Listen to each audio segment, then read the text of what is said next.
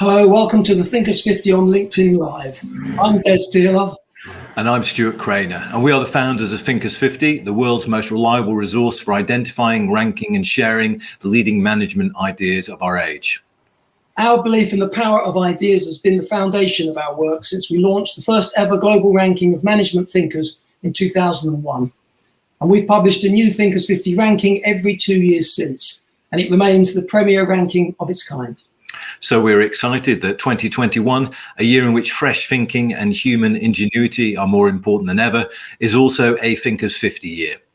Nominations are now open for both the ranking of management thinkers and the Distinguished Achievement Awards, which the Financial Times accurately calls the Oscars of management thinking.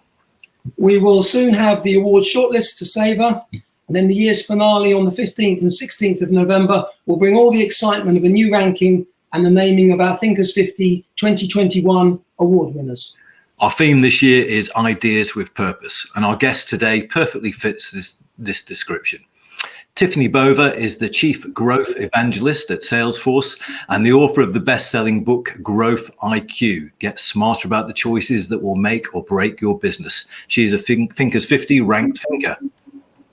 And today, Tiffany is going to be telling us and bringing us up to date on her latest thinking and research, which makes sense of customer experience and employee experience and how their combination delivers growth.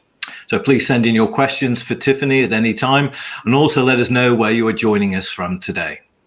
Right, so let's get started. Tiffany, your latest work seeks to make sense of what you call the experience equation. What is this and why does it matter?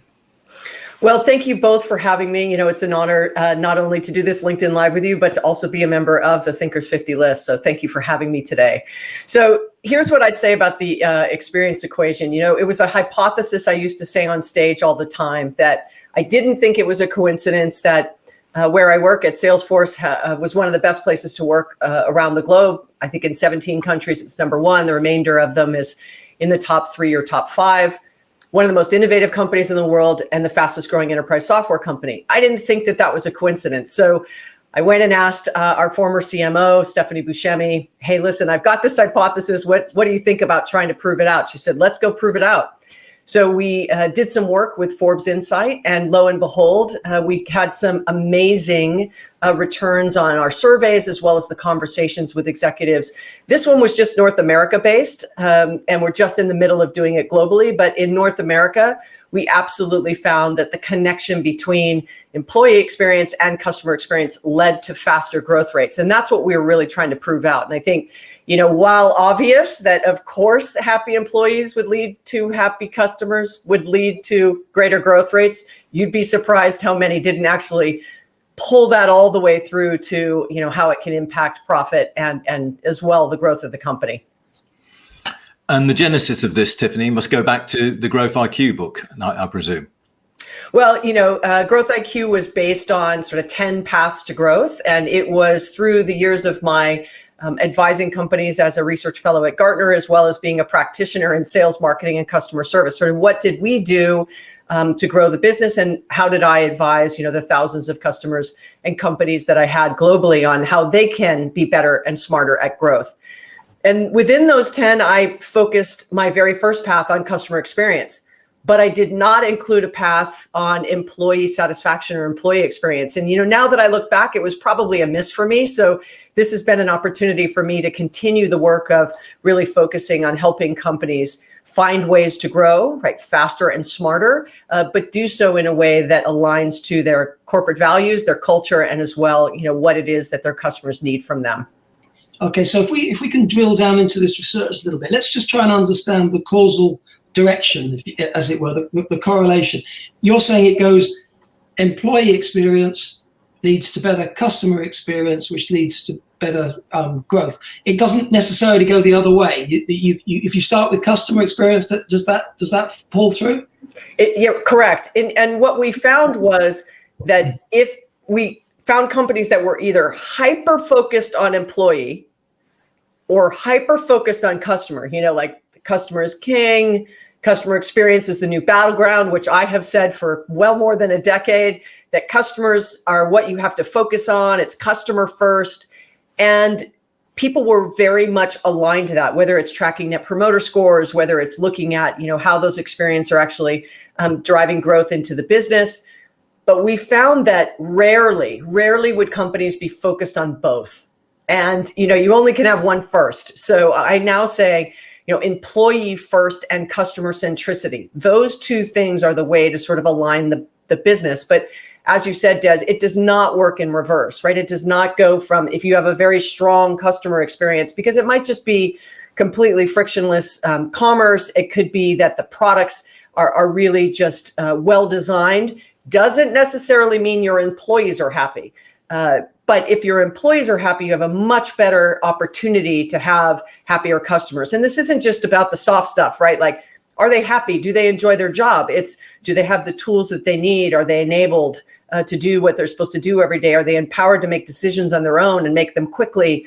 Are the sort of processes too restrictive to allow them to do what's best for the customer as well, like sort of what they want to do day to day? And so employee satisfaction and employee experience is more than, just are they happy? It's more than just culture. It's more than the technology they use or how you collaborate or what your company's values are. It's all of those things. And so I would say this, the definition of experience, both on the employee and customer side, is completely different than it was, say, 18 months ago.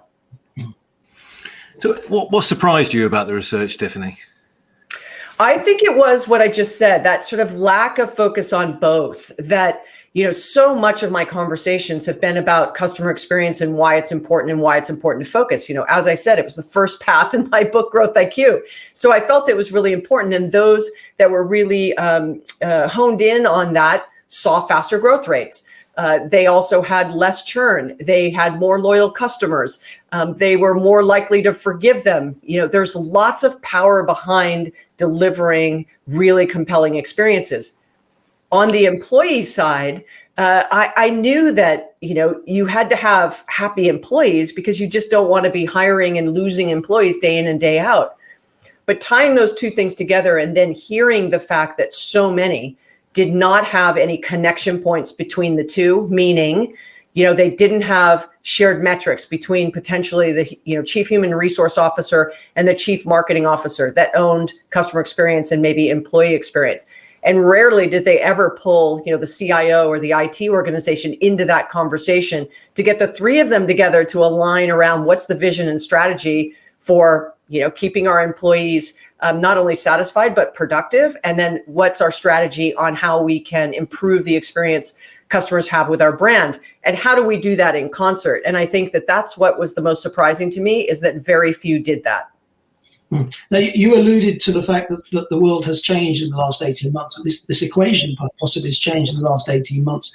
In this post-pandemic world, we like to think it's post-pandemic anyway, or this new world that we're in, what has changed about the employee experience and what people value? Because it feels like there has been a seismic change in terms of what we expect as employees and the whole employee experience, indeed. So from your side, what do you feel has changed? Yeah, and I think that's the point. I was having this conversation with a colleague of mine. We were talking about, hey, what do you think the definition of employee satisfaction and employee experience might be? And that's where we really landed is, maybe 18 months ago, it might have been, I could just talk about my own organization that I work at is, it might have been the floor we have for wellness, the coffee bar, we have a, yoga studio, we have a meditation room, we have, all of these perks when you're in the building. We don't have any of those right now. And so that experience may not be in the office. And so how do you recreate that kind of experience when people are working from anywhere? That's kind of one aspect of it. The other is that when we did a survey about sort of what do employees look for now in their employers, we found reskilling. We found safety and wellness at work. We found that they wanted to have ways in which they could collaborate more with remote teams. All of a sudden, it very much shifted to this sort of getting back to work in a safe manner. but also the opportunity to reskill. And not that those things weren't important before, but now they've bubbled to sort of the top 5, which means from an employee experience perspective, if you're like, look, we're like giving them all these perks, right? Coffee bars, free lunch, whatever it might be. And now it's about, listen, do our employees safe at work? Do they have what they need to be successful if they're working from anywhere? Now that's a very different quote unquote employee experience. The flip side of that on the customer side is now you have something like contactless payment. We did some research and found that some 90% of people still want to do contactless payment. Buy online, pick up in store. Appointment economy. I want to book an appointment to go to a store on High Street where I never would have had to have done that before. I might do it for a doctor, but I wouldn't do it for a retail store. But now retailers are saying, look, there was a lot of benefit there. If we, create an appointment ability for our customers, we know how many people will be in the store. We can give them really true one-on-one service. They don't have to wait. That experience level has now been risen. It's very different. So now the customer experience has shifted as well around just a couple of those things I said, right? The appointment, contactless payment, buy online, pick up in store, even the entire digital interaction of things happening via video, doing doctor's appointments via video, or having an eye appointment via video, whatever it might be, that now you really see those consumer behavior shifting, which means that customer experience has forever changed as well. And the last thing I want to say on that is most of those examples I gave were kind of B2C, right? Business to consumer. And I get a lot of pushback when I say that. Many companies may say, I'm a B2B company, right? I sell to businesses. But now we have these super consumers that have been in, home, not only in their personal lives, but in their business lives for the last 14, 15 months, but depending on where you are in the world. Those habits have forever changed, which now means that the blurring of the lines between those two happens absolutely at that experience layer, right? Consumer experience is now bleeding into business, right? Let me Uberize my business. Let me Amazon my business. That's how you think about it. It's much more about the experience and the frictionless interaction than it is about that brand and you trying to become them. So that's sort of the difference between how experience and that definition has changed over the last year and a half. You've done some great sessions with Tom Peters recently, Tiffany. And Tom, for those of you who don't know, is a co-author of In Search of Excellence, business blockbuster in 1982, the first book that really created the business book market. And what's depressing really is that Tom was writing about customer experience and customer service in the early 1980s. And I wonder, what do you learn from Tom? Oh, so much. I love this story. Tom was the author, as you said, of In Search of Excellence, co-author of it. And back in 1982, my stepfather gave that to me in probably 1983, along with 7 Habits of Highly Effective People, those 2 books. And while I might not have understood them at 17 years old, as I would when I read them now, it was the very first business book that I ever read. And fast forward, some 40 years, almost 35 years. And I got an opportunity to meet Tom. He endorsed my book. We've become sort of friends. And I get this opportunity to interview him. And, he says it a lot better than I, right? He says, like, people, what else is there? Like, business is about people. It's all about people, right? And he's very clear on why that is. But it's also about bringing out the excellence of those people as a leader, showing up in an excellent way, right? In search of that excellence, but also enabling and empowering your people to be their best selves as well. And so I think that is a great foundation, right? It was all about that employee and as well about the customer. When we started doing sort of the conversation, I immediately reached out to Tom and said, hey, listen, I'm thinking about this. Let me forward you this research that we have. What do you think back? Like, tell me back what you think.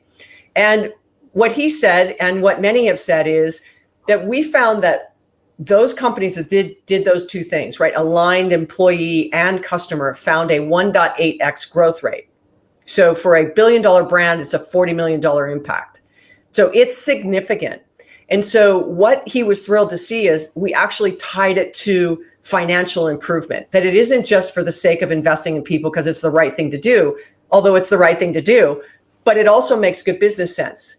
So I posted up on LinkedIn a few weeks ago, if the CEO says we're going to invest in training and the CFO says, well, if we invest in this training and they leave, isn't that a waste? And the CEO comes back and says, we have to invest in our people. Like, if we don't invest in them, that's a waste. So ultimately, sort of understanding how the investment in the people and the process and the technology leads to an improved customer experience, drives faster growth rates. And 1.8x is nothing to sort of shake a stick at, right? It can really give you a competitive edge. So he was thrilled to see that we tied it all the way through to a revenue number. Tom, I think Tom was never a shrinking violet, but he gets more strident as he gets older, which is wonderful. He's lost none of that passion for people, really, is how you describe it, and for purpose. So that's great. Let's move on to another thinker that's well known to the Thinkers 50, Rita McGrath. I saw a blog she wrote recently, and she was saying, actually, in lots of ways, customer service and the customer experience is actually getting worse, and we all have this experience where we get, and it's the technology to some extent. We can't actually get hold of another human being. You can transit through an entire company organization and never speak to another human being. And let's say it can be extremely frustrating. I mean, where does that fit with this? Because sometimes the technology isn't, we aren't moving in the right direction. Yeah, and the second Rita posted that, I immediately direct messaged her and I said, oh, we have to talk about this, right? Because I think that in many situations, people are nervous of technology replacing humans. And in some cases, that may be the actual situation. But ultimately, this is about the power of human and tech. I think that is the new power couple. And so when speaking specifically about customer service, when the pandemic first hit, sort of April, May of 2020, and customer service call centers like all of a sudden shut down and everyone was working from home, you have customers who still want to be serviced. You have businesses that still want to serve customers, but you don't have people in call centers. And so very quickly you had to respond. So we had a lot of clients that deployed kind of customer service bots to be responsive online, right? To chat very quickly, maybe answer very rudimentary questions, direct people to FAQs, direct people to links so that you could quickly serve them while maybe, right, only a handful of people that were working in the call center are up and running in their home call center, right, from their kitchen or their living room or their bedroom, wherever it might be. And so using technology in that way to augment the human, always in, sort of the angle of improving that customer experience, but also on the employee side, right? If the bot or the technology can take care of those very sort of low-level questions that are very transactional, you can scale that much faster than you can by hiring people. The other thing on kind of customer service and technology, right, leaning into that customer experience, is the fact that this is much more about how do you let customers create more intimacy with you in a self-serve way so that you can scale it overall. That requires a very different thinking mindset, which is your customer service organization a cost center, or is your customer service organization a revenue generation engine? And based on how you answer that question, I can ask an executive very quickly, is your customer service organization viewed as a cost center? And if they happen to say, well, yes, like that's how we scale, I know immediately that they're not very customer centric. Because if they were, they wouldn't say, look, you only can be on the phone for 5 minutes. You have to answer the call in the first 2 rings, or 30 seconds. We have to resolve this case. It cannot go longer than 5 minutes. That's very internally people process oriented. And I, as a customer, might need 20 minutes of your time, but the metric is 5 minutes. So you're going to either get me off the phone quickly or say, you know what, let me follow up with you, and then maybe don't follow up with me. Or you rush me off the phone, or you stay on the phone with me for 20 minutes and then you get in trouble from your manager. And so that's that sort of rub of the employee, right, being empowered to serve the customer having expectations, you're going to solve my problem in one, engagement versus I have to chop it up because you only can stay on the phone for 5 minutes. And so that's why technology, to me, if deployed correctly, because the sort of basis of her comment was it's getting worse because of technology. And I would say it's not a technology problem, it's a people process problem. Like you have to make sure you're deploying the technology with the human in a way that the employee and the customer feels like it was still a very positive experience, more streamlined, less friction, all of those things. And so that's where I think the confusion happens, that if it's just viewed as a replacement, it's never going to be as good as a human. But if you put it as an augment, being able to augment it, that's where you really can improve both, right? Employee satisfaction and the customer experience. So I can't wait to continue the conversation with Rita. We've got people joining us from India, Poland, Bangladesh, Dubai, UK, Peru. A good question from Erica Lucas. How can we encourage the closer collaboration between HR and sales and marketing? And what's getting in the way? Yeah, so right now what most of the time gets in the way is metrics. And so, having silos between those groups, people often say, break down the silos. I'm not a fan of breaking down the silo as much as I am sort of bridging those silos. And that bridge between them could be sharing of data, which is one of the reasons that collaboration doesn't always happen. A sharing of a metric. So is it a net promoter score, a customer satisfaction score? Is it a churn rate? Is it an upsell, cross-sell number, whatever it might be, right? That aims those people, specifically sales and marketing, in the right direction because of the metric. And how you actually set up the collaboration and potential handoff between those groups. The unintended consequence is the fact that the customer feels like they're dealing with separate companies when they deal with different divisions of your organization. Specifically, I'm talking about, sales, service, marketing. And so how do you pull HR into that? How do you pull IT into that? Creating a working group that says, okay, we have to work as a unit, always with this in mind, right? That we are trying to grow the business in a profitable manner, make sure our employees have what they need to perform their job in a productive fashion, right? And we want to deliver these compelling experiences. So the decisions we make should be around that. That should be sort of that true north. But if you have sales making a decision in one direction, marketing making a decision in another direction, and maybe HR making a decision in another direction, right? Just hiring the right salesperson, high-performing salesperson in a broken process without the right technology, that amazing salesperson will still struggle. So you have to pull all that together. So most of it is the disconnection of teams and the silos, kind of a lack of vision between from the top to really outline what's important. Burnout and turnover tends to get in the middle of it because you start to get a rhythm with teams and then people burn out and leave. And then the last one, really is the fact that you just don't have that connective tissue from a metric and compensation standpoint. So those are usually the top reasons why that doesn't happen. Okay, I see Gina Cox is agreeing with you. HR and sales can be bridged through data sharing. We have to work as a unit, she says. We talked about the linkage from employee experience to customer experience to growth. How do you make sure, because the trouble is, as the company grows, that can put more pressure on the employee experience because suddenly, we've got more customers, we've got to keep the standards up, the whole thing. How do you make sure that remains a virtuous circle rather than a disconnect? I mean, there was a great line in the Forbes report, you've got to get employee buy-in or they'll burn out.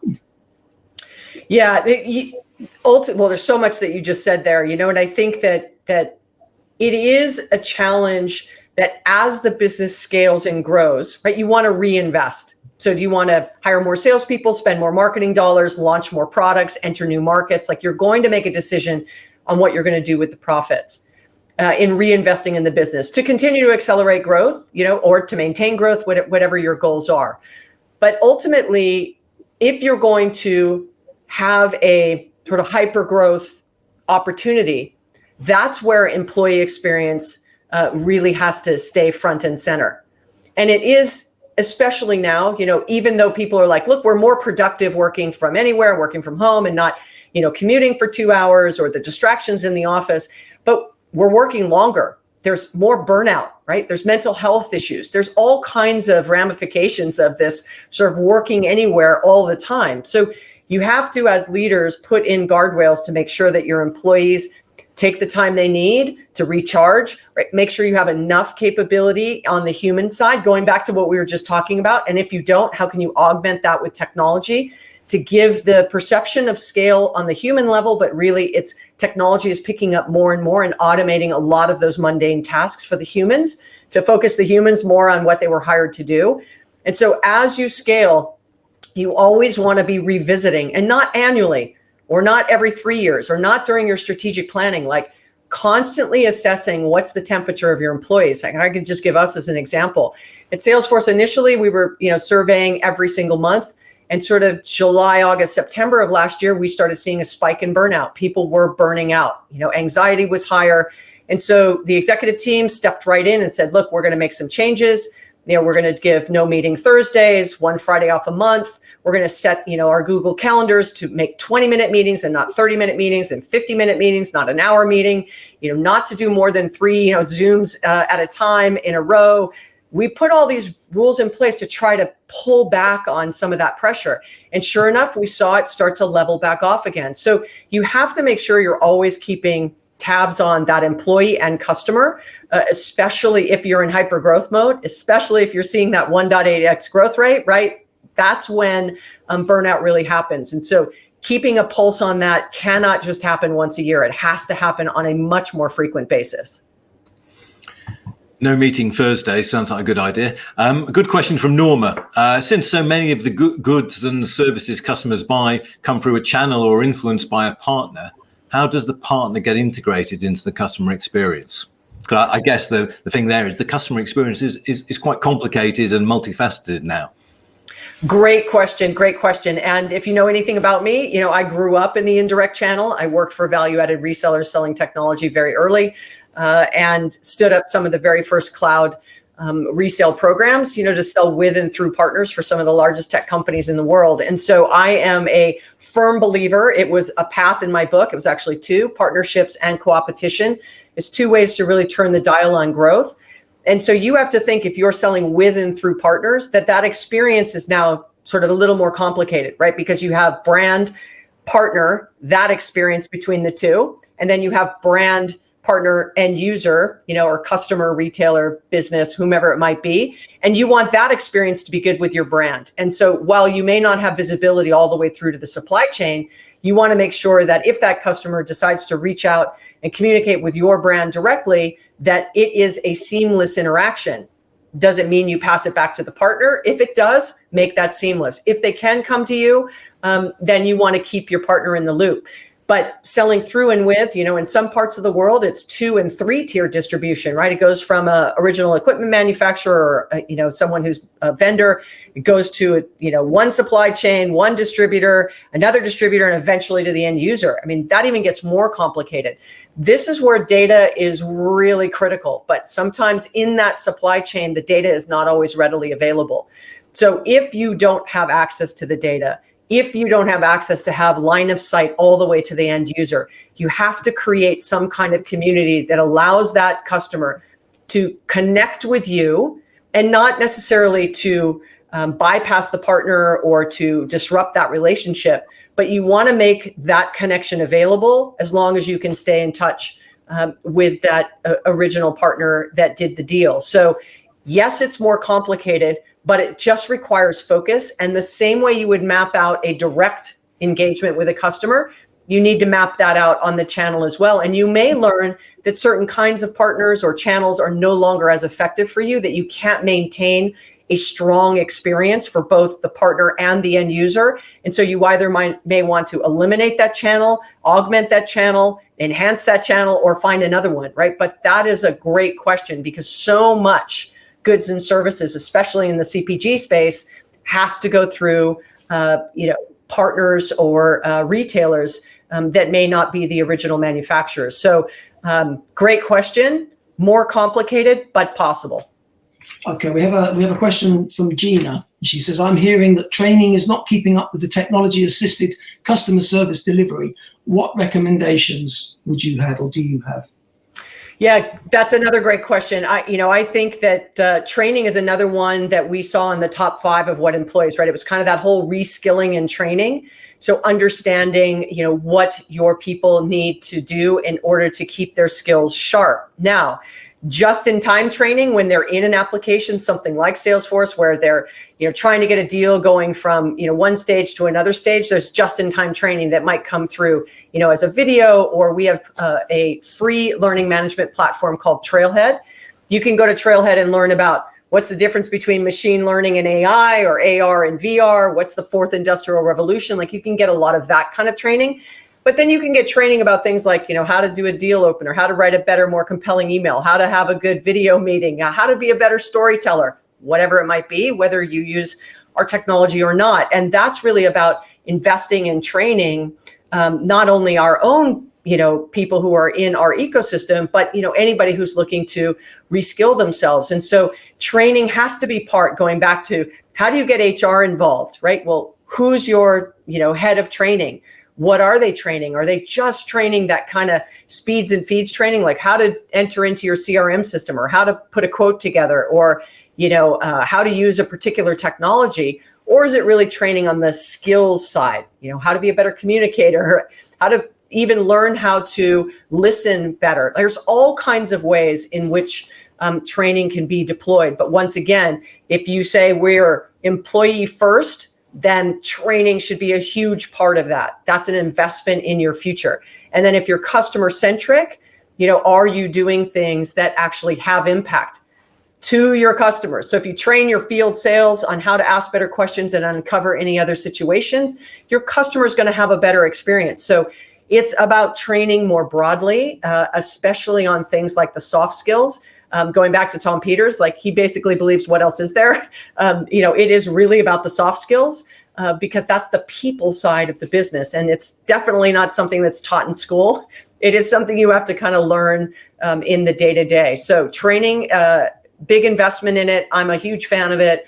I think if you don't invest in yourself, no one else will. So create your own self-training curriculum, but then go to your employer and ask to either take external classes or go back to uni or whatever it might be. But ultimately, reskilling and training is critical going forward. So where does this go next, Tiffany? Have you got a new book coming out? People keep asking me when's the next book to follow up from Growth IQ? Yeah, so we're talking about it right now. We think it's going to be something around this employee and customer experience. We've got some great work that we're doing at the moment that's uncovered sort of a gap and a white space, in a lot of the conversations. There's been a lot of books about both of those topics, but we really wanted to try to bring it all the way down to what we found on, organizations not connecting those two, tying it back to a really strong growth rate, sort of what does the maturity of companies that are focused on this look like? Why should they do it? And then how they can actually go back and do it, as well as examples of those that have been super successful in aligning those two things as they look for growth. So that's probably what's going to happen. But, over the last year, if I had been able to sort of get it all together, I would have begun it earlier. But hopefully in the next sort of 6 months or so, we will start putting pen to paper and begin the process one more time. Okay, we have a nice comment, nicely summed up from Norma. She says the soft stuff is the hard stuff. So true. Tiffany, your life must have been turned upside down by this whole pandemic. I mean, you're somebody who was always traveling all the time. How have you adjusted, and are you sort of raring to go again to get back on aeroplanes and trains and cars and get back out in the world? I am. Today is the day. Actually, I'm in Southern California that we come out of the official sort of shelter-in-place order. 15 or 16 months later. So today's the day everything opens back up at 100%, which I'm very excited about. Yes, in 2019, I flew 275,000 miles or 600,000 kilometers and gave 100 keynotes on 6 continents and met with hundreds of clients. And then boom, 2020, I landed from Sydney on kind of March 11th or March 10th, got in sort of a day before the US sort of shut down that international travel link. And so it has been a different year. I've learned a lot. There's been a lot of obviously social issues that have come to the forefront. So I've spent a lot of time sort of educating myself about those things. But, ultimately, I can't wait to get back on the road and have these amazing conversations in person. And while I get to do more of them, last year I did 185, I'm doing more. I miss people. And so this is a great way, obviously LinkedIn Lives and doing things with Thinkers50 is a great way to stay connected, but I surely cannot wait. Hopefully I will be in London in person in November for the next Thinkers50 Awards. Let's shoot for that. Absolutely. We look forward to that, Tiffany. We're out of time today. Check out Tiffany's work at tiffanybova.com. The report we were talking about is the Experience Equation, published by Forbes Insights in partnership with Salesforce. Some amazing research and really interesting statistics, which will certainly make you think. So that was a taster of Tiffany's fantastic work, where technology meets humanity. Next week, we've got Eliza Cohen. So we hope you can join us then. And thank you very much, Tiffany, and everyone who's joined us today. Thank you. Thank you, everybody. Thanks.